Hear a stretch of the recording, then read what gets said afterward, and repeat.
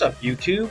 Talking about tiny homes today, meaning project number 3. If you're new here, this is Joe Catrapalia talking about building shipping container homes, tiny homes, and whatever other harebrained projects I can get myself into. As I mentioned, let me see. Oh, still not good at this, sorry. And still not editing. So this is a piece of land that I have under contract. Have not closed on it yet, but this will be project number 3. Project number 1 being the shipping container home you've heard me talk about constantly, and is moving along, and hopefully we'll be done in, I don't know, sometime next month. At least we'll definitely be done this year, so that's good news. The second one being the tiny home that I'm building over on that little tiny lot. I think we've talked about that quite a bit, although it's been a little while. So if you're new, maybe go check those videos out. But if not, you just want to hear about number 3, what we got going on. Oh, don't forget to like and subscribe and comment. That's right, please. Thank you.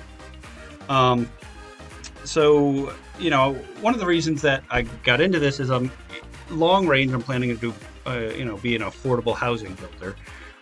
And one of the ways that I think that I'm going to accomplish that, one is building smaller homes. And there's a lot of research on what's really the appropriate size homes, and that's actually not what we're going to talk about today, because we're going to have inappropriately small homes. But the other is finding value where some maybe other people are missing it, and that's what I think is happening here, although it's possible that I'm just doing something foolhardy. So anyway, this is the shape of the piece of land. It's a little over 8,000 square feet, and it's zoned R4, so it means I can have a lot for every 4,000 square feet. So in theory, I could divide this into 2 lots once I finish with the purchase and I own it. Don't tell the seller, okay? Don't let them know. But one of the things that you have to deal with when you have, when you're going to build something on lot, are what's called setbacks. And so, this zoning, I've got to do a 10-foot setback from the front, and I think that's the street there. But the thing that's really kills this one is the 20-foot setback from the rear yard. I actually don't know exactly how this works in practice, but I'm putting this in here just to kind of give you an idea. And then you have the 5-foot side yard setbacks. And so really what I'm allowed to build in is this spot here. And I think, if you look, this isn't really to scale. This triangle should actually be a little bit smaller. And so if you look, a standard home, kind of like this one in the neighborhood, it's actually going to be a little bit too long here. I think you could do a pretty traditional ranch, and you have, 40 feet deep, and I think you could do that just fine. It's just not what you see a lot of over in this area. But it is, it's a somewhat limited size, just because of that weird angle. But what I want to do, and I'm curious if anyone's done this here in San Antonio that is watching, and you can tell me this is a terrible idea or not. I've talked to a few people a little bit about it, and I think I'm going to replat it into 2 4,000 square foot lots. And that would be cutting it somewhere around here. Again, this is not, I'm using this graph paper, and these are about 5 feet by 5 feet. It's actually an Excel thing, and even though the pixels line up, they don't look square. So this is obviously very rough. But if we go and divide it, then we have new side setbacks too. And so this one, I think, actually fits still a fairly decent sized footprint, especially if you do 2 stories. But this lot becomes, I think this is why not many people are looking at this as potentially 2 lots, this is just an extremely small footprint. You'd have to be wanting to build something kind of weird. And that's what I'm thinking. I'm going to put like a studio. It's just a 20-foot shipping container. I've seen a couple of these. There's somebody who builds them here in town, although I'm not going to use them because they charge like a ridiculous amount of money. But I'm going to use the same guys who are building my shipping container home that's 4 containers. And this is, like an 1/8 the size, I think, basically.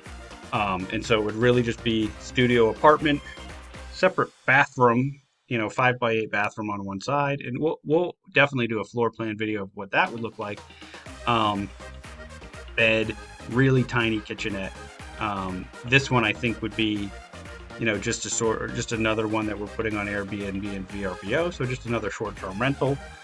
For right now, I'm trying to do all of my experiments with and use them as short-term rentals because they're more profitable until I have things really down pat. I don't think that in general, these will be useful as affordable housing, but I'm trying to get there. And I think just adding to the stock versus like, there's a lot of vacation rental people buying these cheaper homes in these parts of town, and taking it out of production. So I think, and like I said, I'll talk a lot more about that thought process in another video. I just wanted to quickly talk about what my little plan is for this. And so then in the other one, seems I'll be doing a small shipping container home. I think I'll probably do another one. Oh, what happened there? Oh, subliminal. Okay. But I think I'll do just a 2 container, 640 square feet. This will be 2 bedroom, 2 bath. Obviously, it fits really easily, and in very rough scale. But even if I was way off, I'd have room on each side. Could even add a third one, I think, and do it at 900. But I think just another small one.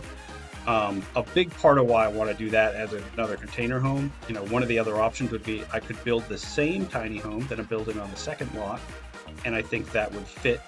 Oh, I know it would fit fit in here fairly well. But I think that using similar construction methods on the two will give me some small economies of scale, especially when I'm going in. I use the ground screws foundation again. Whenever I've got the welding crews out, I won't be having them come out 2 separate times. It'll be the same people working on both. But that's my plan for this lot. Just wanted to mention it. I know I've mentioned this lot a few times, that I have another one, that I have this going, but I hadn't really talked about it specifically at all. I actually have a kind of a longer closing time on this one at the seller's request. So like I said, don't tell them this is my plan. I don't think enough people watch this that anybody would even know them, but just throwing it out there. And yeah, I mean, my whole point is I'm just trying to create a little bit of extra value with this,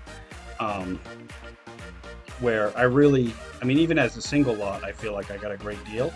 And so if I can actually cut this up, and there's some cost and time that goes into doing that, which I'm trying to figure out now and really don't have down.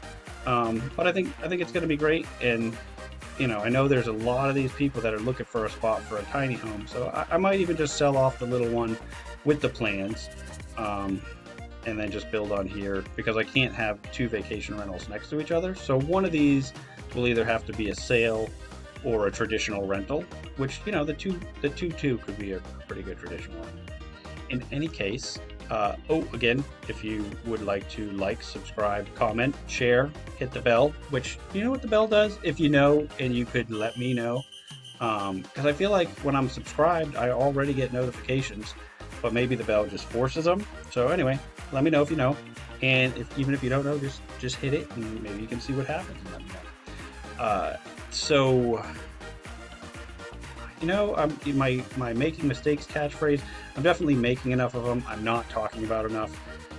Definitely going to do a video about the exploding budget on my other one and all the things that led to that.